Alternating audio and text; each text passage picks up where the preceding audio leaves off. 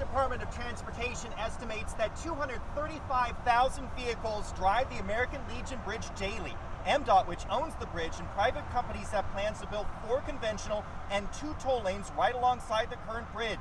But scientists say that expansion would destroy nearby Plummers Island at great environmental cost.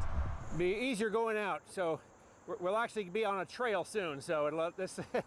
On Maryland's side of the Potomac River, next to the American Legion Bridge, sits 12 acres of pristine nature. This island has been studied. It's called the most thoroughly studied island in North America. We've been studying it hard for 122 years. Robert Soring is a botanist and the president of the Washington Biologist Field Club. The club built this cabin on Plummers Island back in 1901. Its guest book spreads thanks from happy hikers. The club owned this island until the 1950s, when it gave it to the National Park Service to care for it. This northern red oak dates back to the Revolutionary War. Because of climate change, they simply can't sprout anymore. There are very few of them remaining on Plummers Island. There it is in bloom. I'll get a shot of it real quick. Club biologists still use Plummers Island for scientific research. They catalog plants and wildlife and study how the island responds to things like climate change and surrounding development.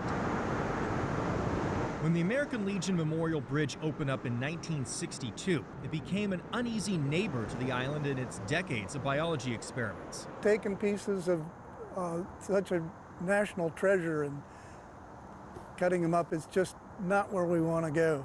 Bridge expansion plans would turn several hundred feet of the island into this. This is obviously what some folks call it a moonscape. It's certainly a dead zone. The scientists add an expanded bridge would also alter the flow of the surrounding river water, damaging much of what would remain of Plummers Island's unique habitat. We can't keep kicking the can down the street in the face of the existential threat of climate change. The Washington Biologists Field Club has this message for whoever becomes Maryland's next governor. The governor has a responsibility to conserve and protect these areas. And this message for commuters frustrated with bridge traffic. It'll be 5, 6, maybe longer years of construction, which your commute's going to be much worse.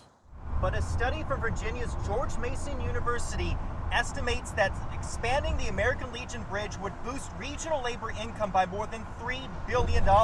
As for when construction could begin, construction group Accelerate Maryland Partners gave no timeline, but says it's in final environmental review process. Reporting in Eco 9, driving on the American Legion Memorial Bridge, Nathan Baca, WUSA 9.